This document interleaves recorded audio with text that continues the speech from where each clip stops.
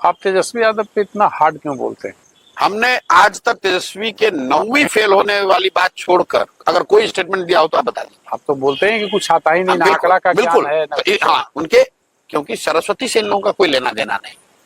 मैं हर भाषणों में ये कहता हूं कि फॉर्मल शिक्षा का आपके विद्वता से कोई सीधा सरोकार नहीं है।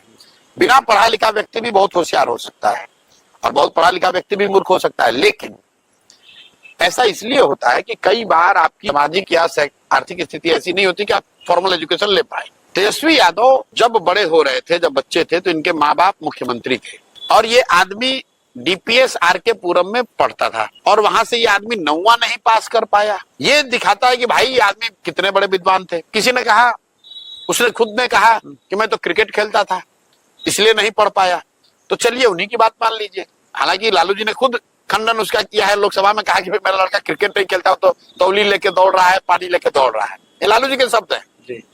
लेकिन मान लीजिए क्रिकेट खेलते थे, भाई क्रिकेट खेले हुए छोड़े हुए भी आपको 20 वर्ष हो गए, आप वहां से निकल कर आए फिर पढ़ लेते।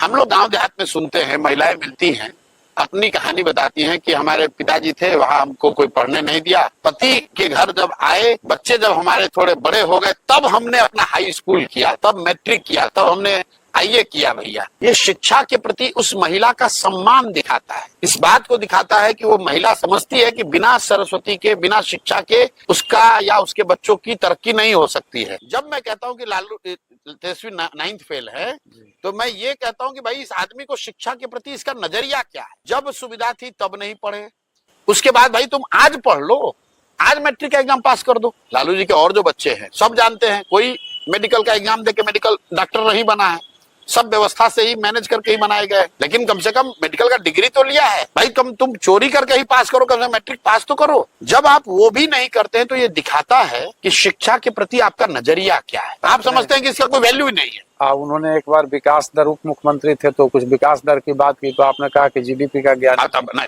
भाई, वो विकास दर की, वो आदमी ने कहा कि बिहार का जीडीपी तो सबसे देश में ज्यादा है, तो मैंने ये कहा कि भाई गलती उनकी नहीं है, अफसरों ने तो लिखा होगा कि बिहार का जीडीपी के बढ़ने का दर ज्यादा है।